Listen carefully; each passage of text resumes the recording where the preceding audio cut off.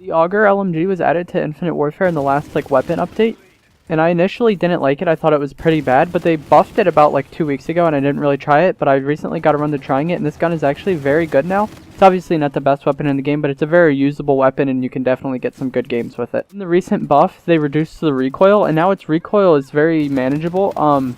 I would compare it to the Raw's recoil. It's very similar to the Raw's LMG's recoil, except this one shoots much faster once it gets going, so I would say it actually has less recoil than the Raw just because it is shooting much faster. Starting off with the damage, this gun can kill in 3 to 5 hits.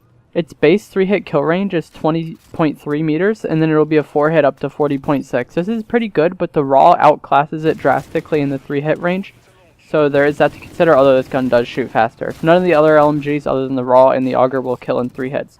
If you put advanced rifling on this weapon, its 3-hit range will be 24.4 meters, which is much better.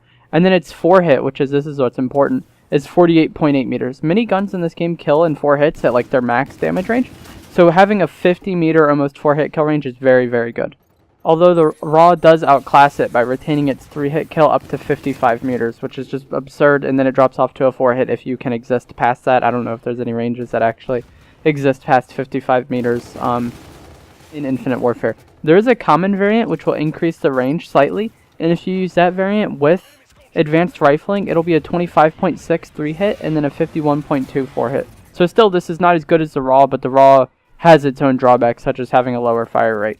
The Auger starts off at 363 RPM, and then it gets faster after a few shots. I don't know what it gets faster up to, but it does get very, very fast indeed. I tried to look up the value for how fast it gets at its peak fire rate, but I couldn't find anything, which is unfortunate. Compare it to the Raw, which is I think the easiest weapon to compare it to in the LMG class because they are both the 2 LMGs that have 3-hit kill ranges. The Raw starts off at 491 and then it stays there. It doesn't get faster, it doesn't get slower, which is why I think this gun competes with the Raw, is because it starts off slower but it gets much, much faster.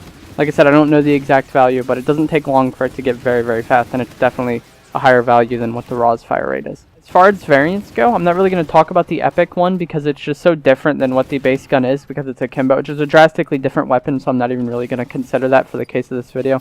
If I do have it one day, I might make a video separately on it, but as it stands now, I'm not really going to be talking about the Epic variant. I have the common variant right now, and that's all I have, and I would say that's a good variant, just because it increased the damage range. Having a 3-hit kill range higher than the base of this weapon is good, just because very few weapons in Infinite Warfare have a 3-hit kill range. So you would want to take as much of an advantage of that as you could. I also really like the rare variant, although I don't have it. Increased ammo, it stacks with a stending mag, that is great. Obviously you'd love to have more ammo for free. And then double kills, instantly reload your magazine is amazing on the Auger because it gets very fast.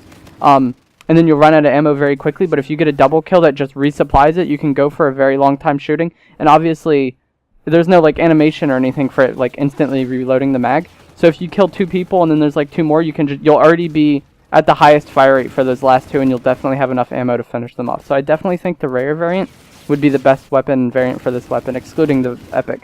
The legendary variant is just not that great in my opinion. It grants blast shield while crouched, prone, or sliding. That's cool, it's an interesting concept for a weapon, but I don't think you really want to be doing that as much with this weapon, because you kind of want to be aggressive with it. And then reduced hipfire spread while sliding, I don't want to do that really with this weapon. Sure, you do want to be kind of aggressive, but that's just too much of an aggressive ability to really be taken advantage. I don't want to be sliding a lot with this weapon. Next, we're going to get into our attachment options for this weapon. I really like to use the elo sight with the blue dot. It's built-in kind of sight type thing is okay, but I just really don't like using it. And I also use quick draw and stock. That's pretty much a given on any LMG just to retain mobility. And then finally, I use advanced rifling to get as great of a 3-hit as I can. In this slot, you could also put grip just to have as less recoil as possible, but I don't really have too much of an issue with the recoil after the buff to this weapon. So I just use advanced rifling. If you do have a problem with the recoil, I think grip would work well here, and that's about it I would consider putting on this weapon. Don't really care for extended mag, that's not that big of a deal.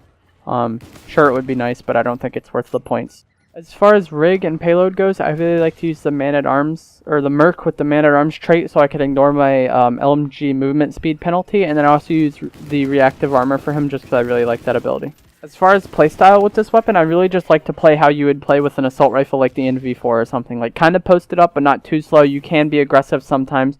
I do have the Hornet secondary just in case I do get caught up close, because although the fire rate does get very high, which is good up close, starting off slowly can be the death sentence in very close range. So I would definitely try to play it like a medium range. You don't have to play it super long range like you would want to with like some LMGs like the Raw. Just really medium range works fine with this weapon. It's not really too picky. It's kind of like a jack of all trades weapon. I think that's going to do it for this video. I really just wanted to encourage you guys to go out and try the Auger, because I really didn't just like wrote it off after I initially used it, and I didn't even consider using it after it got buffed, and then I recently picked it up and really liked it. So you should definitely go out there and try the Auger and then let me know what you think. Please like this video if you enjoyed it and subscribe for more Infinite Warfare videos.